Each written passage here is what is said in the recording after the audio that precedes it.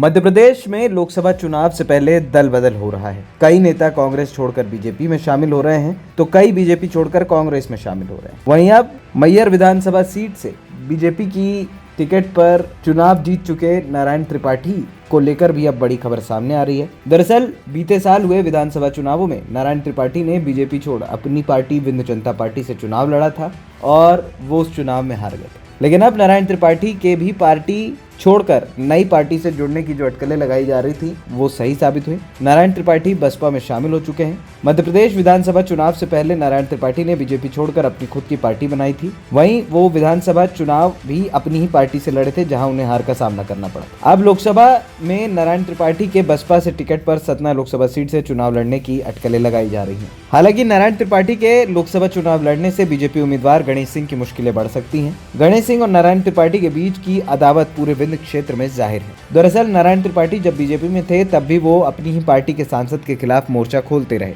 वहीं इस बार गणेश सिंह सतना विधानसभा से चुनाव हार गए थे, लेकिन पार्टी ने उन्हें लोकसभा उम्मीदवार बनाया था।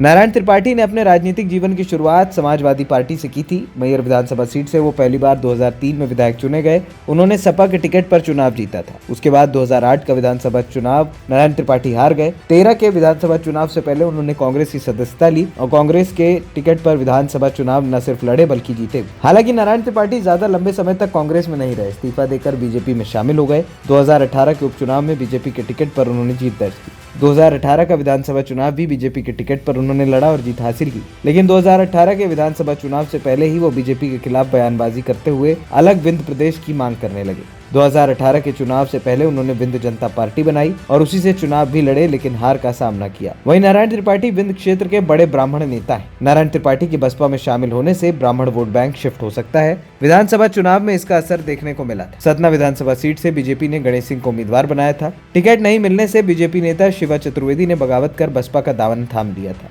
इस चुनाव में बसपा के शिवा को 33,000 से ज्यादा वोट मिले थे। वहीं गणेश सिंह को करीब 66,000 वोट मिले थे, जबकि कांग्रेस उम्मीदवार सिद्धार्थ कुशवाहा को करीब 70,000 वोट मिले थे। इस दौरान कहा गया था कि बीजेपी की हार का कारण ब्राह्मण नेता शिवा चतुर्वेदी ही थे और वो पार्टी से छोड़कर जो बीएसपी से लड़े, इसकी वजह से गणेश सिंह को हार का सामना करना पड़ा। अब नारायण त्रिपाठी अगर लोकसभा चुनाव लड़ते हैं तो डब्बू कुशवाहा और गणेश सिंह दोनों के लिए ही मुश्किलों का दौर शुरू हो जाएगा। विंध्य दस्तक की रिपोर्ट।